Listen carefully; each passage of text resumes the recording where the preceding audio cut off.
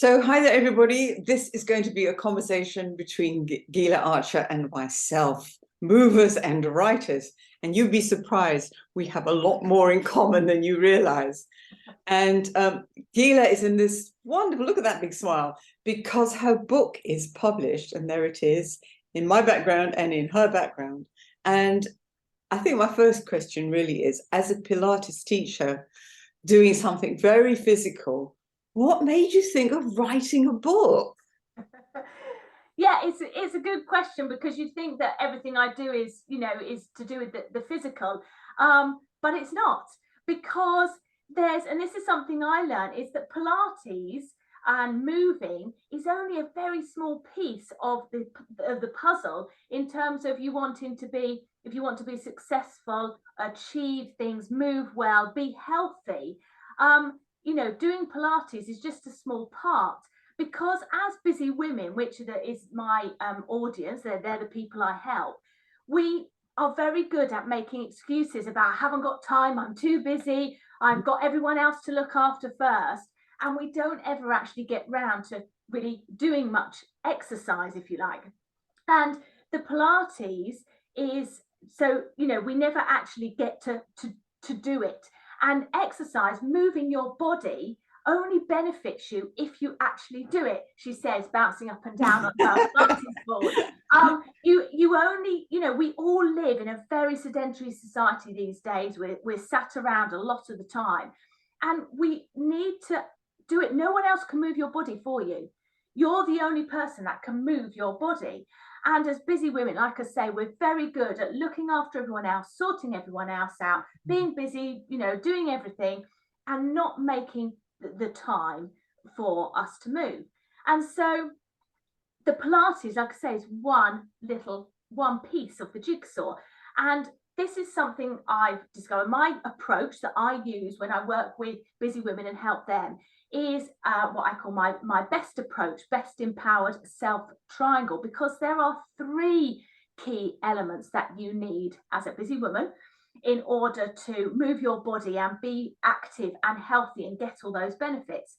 And those other two aspects are having a positive mindset and powerful habits. And with then bite-sized Pilates, little small chunks, much easier to fit into your day and into your lifestyle, with those three elements, you can then easily and enjoyably have a Pilates lifestyle where you're moving throughout your day all the time. You're getting the benefits, and it's not a chore. It's not, oh God, I've got to do this, I've got to do that. You don't beat yourself up. It's just something that, like I say, is achievable, enjoyable, and easy. And it was that approach that I wanted to share. And I thought, how do I share that? I can't share all of that information, obviously far more when I'm on the mat talking about Pilates and where your arms and legs are going and holding in your core and your breathing, And I thought, what better way to share that information and to help other women than with a book. It's easy to access. You can pick it up. You don't need an internet connection. You don't need, you can read it wherever you want to. You can write in it. It's tactile. It's there to sort of support you and help you. That, as someone said to me, it's like having a mini Gila in my pocket. You're there with me as motivation all the time. And that was why I thought, yeah, it needs to be a book, and then I can share this with more women, empower more women to know that it is possible to be busy and juggle this modern lifestyle and incorporate movement, mindful movement, into your everyday life easily and enjoy it, and obviously ultimately just feel fabulous at the end, because you feel better because you're moving your body. That sums it up. Yeah, that sums it up indeed. Yes. So that's why I decided to, I thought the book was a good approach. And that's why I then came to you and I said, will you help me? I haven't written a book before. Will you help me write this book? And I remember in our early sessions, you saying to me, can you write down all your sort of professional achievements for me? I have a long list. and send it to me? And can you think about the lessons and the stories you want to share? And I was like, well, but I'm not going to put down my professional achievements in my book, or I'm not going to, why did you want me to do that? And I think I know now, having written the book and gone through the process with you, and I know I was a bit hesitant sometimes in coming forwards.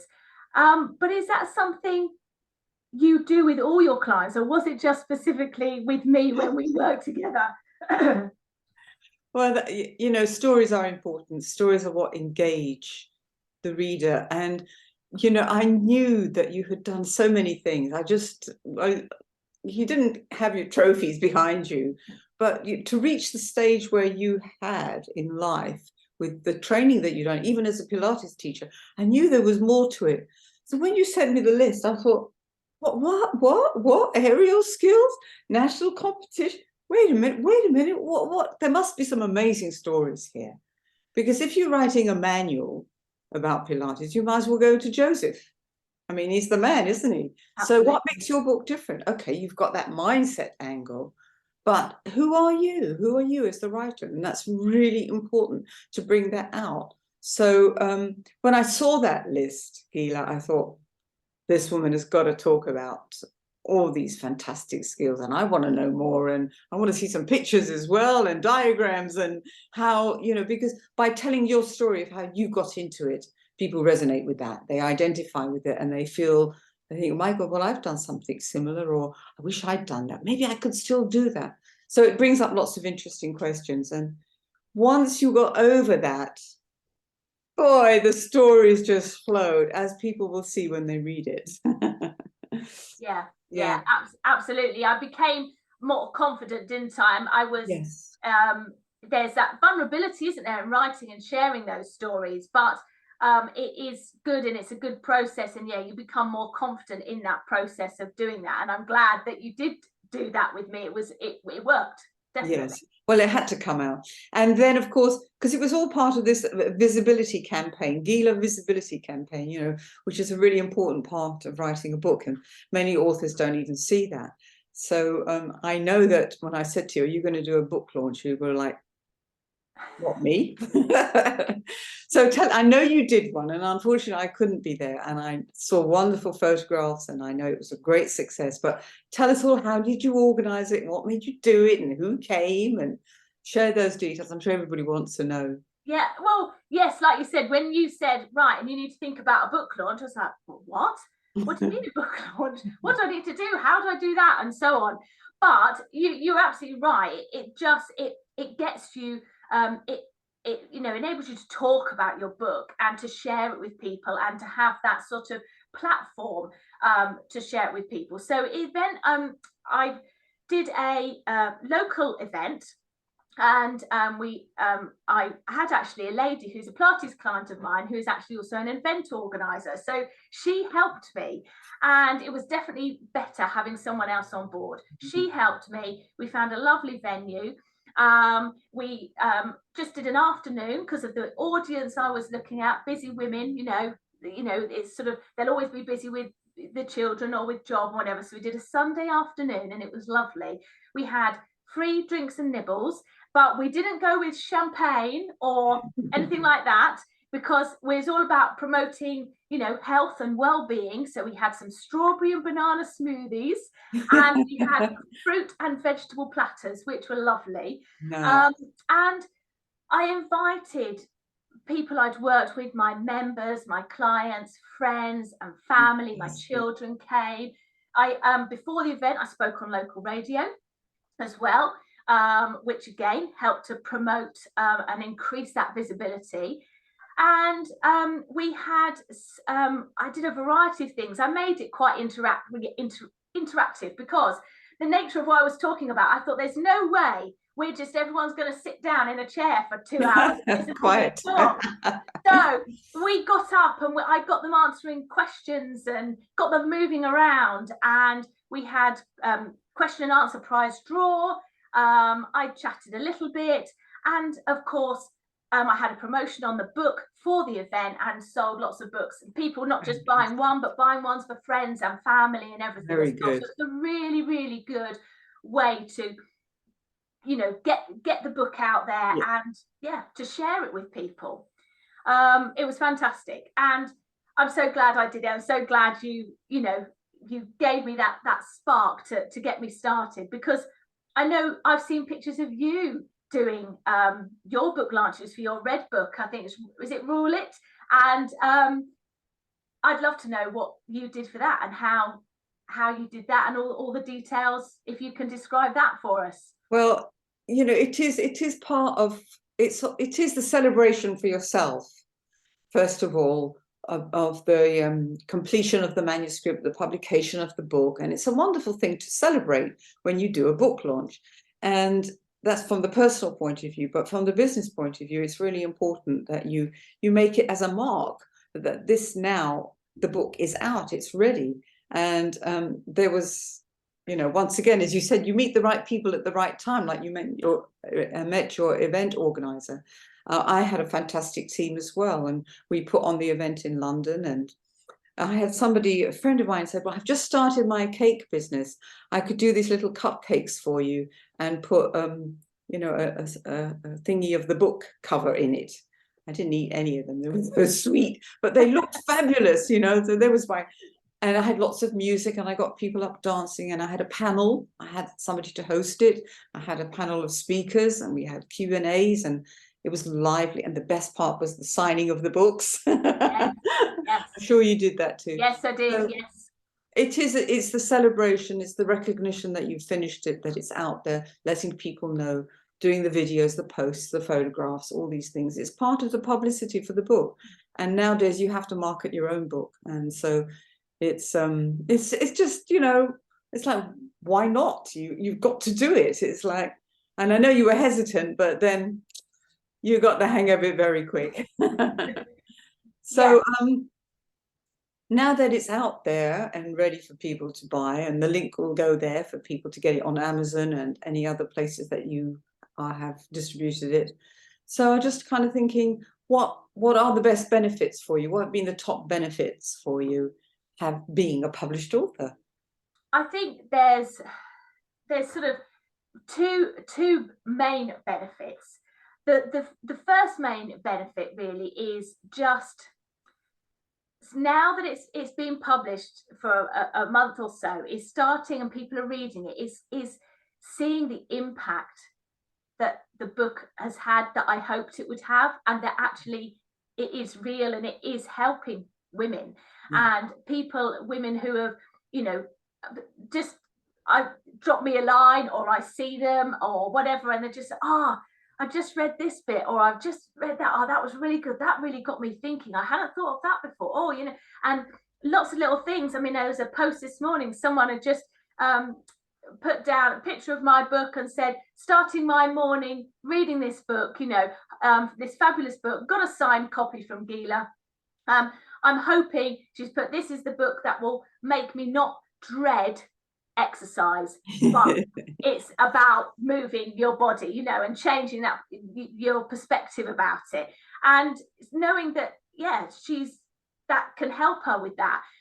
There was another lady who I saw a couple of weeks ago, and she said, Gila, your book has given me so many light bulb moments.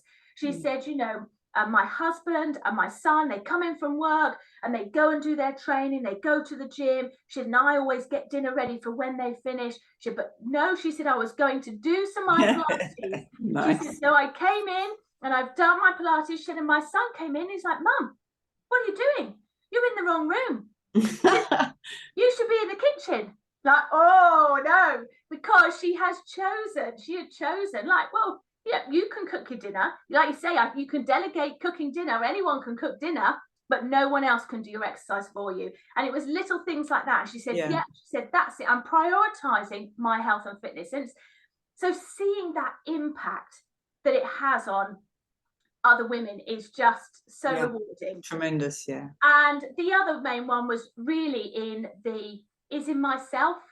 And the whole process of writing it and publishing it and celebrating it that's had a big impact on me and my confidence and the clarity of my message and how I, help people. Because to communicate it through words, you have to think about that, don't you? You have to think about how you're explaining it and how you're writing it and sharing it. And that's had a huge impact on me. Feeling far more confident, speaking, with more credibility, and so on. So it's been fantastic, the whole experience. And it's that playing with words and everything, which is one of the things that I know you got me to do. Like every call we had, you loved playing devil's advocate with me over words and playing with the words. And I know you love doing this. And is that a word? What will someone else, what's the meaning attached? Does it mean this? Does it mean that? How could you use it? What about a different word? And I know we played around with this a lot with like exercise and movement and so on. And something I'm curious to know is, obviously that was fine in the context of my book. We're talking about, moving and exercise, Pilates and so on. But is that something you do when you're working with other writers, when you're doing different topics? Or was that something that was very specific to my topic that I was writing about? It's interesting you say that, because I think everybody, when they start writing the book, they are not prepared for the big emotional, psychological changes that happen through writing a book. Confidence grows, courage grows, creativity grows, all the things I advocate. And, there's always a corner, an area that people think, well, that's not for me. Is it for me? So I have to play that. And that's my job. And I'm also in a privileged position to be able to be objective. I call myself the drone. I'm able to look down and see everything that's going on from another angle. So, and it also makes it fun for me and for the other person. I mean, sometimes there's resistance, of course. Sometimes people don't want to go there, but it's just really questioning. It's the questioning nature that I have anyway, and which is really important to help the writer think, is there another way? Could I do it another way? And also really important to keep the reader in mind, because very often when you're writing, you think, who's my reader? Oh, never mind. And you just go on writing what you think, but you have to keep the reader in mind. So I'm there saying, well, I don't identify with that. Help me out. What's that? So questioning is really important. And as I said, it's fun, challenging the writer.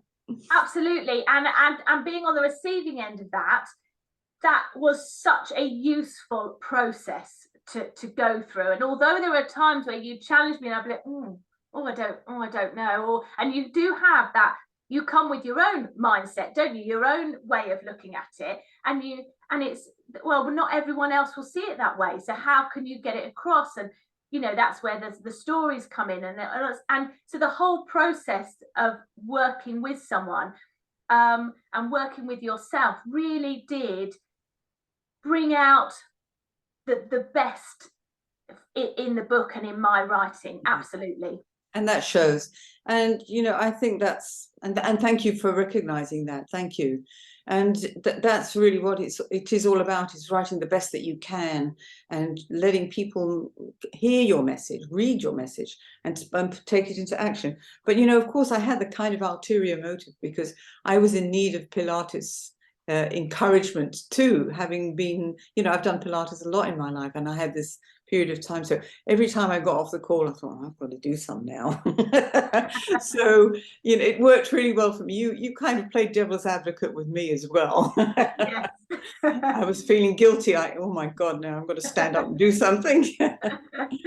See, we are movers and writers and movers, and that's great. And thank you so much for having this conversation with me, and I wish you the best of luck with the book. I know it's going to make a huge impact on people, because it is about getting your mindset and looking at things from a certain perspective, your perspective, which is a really original approach to doing movement. Thank you. Thank you, Gila, for being on with me this morning. And we'll put all the details below on the video.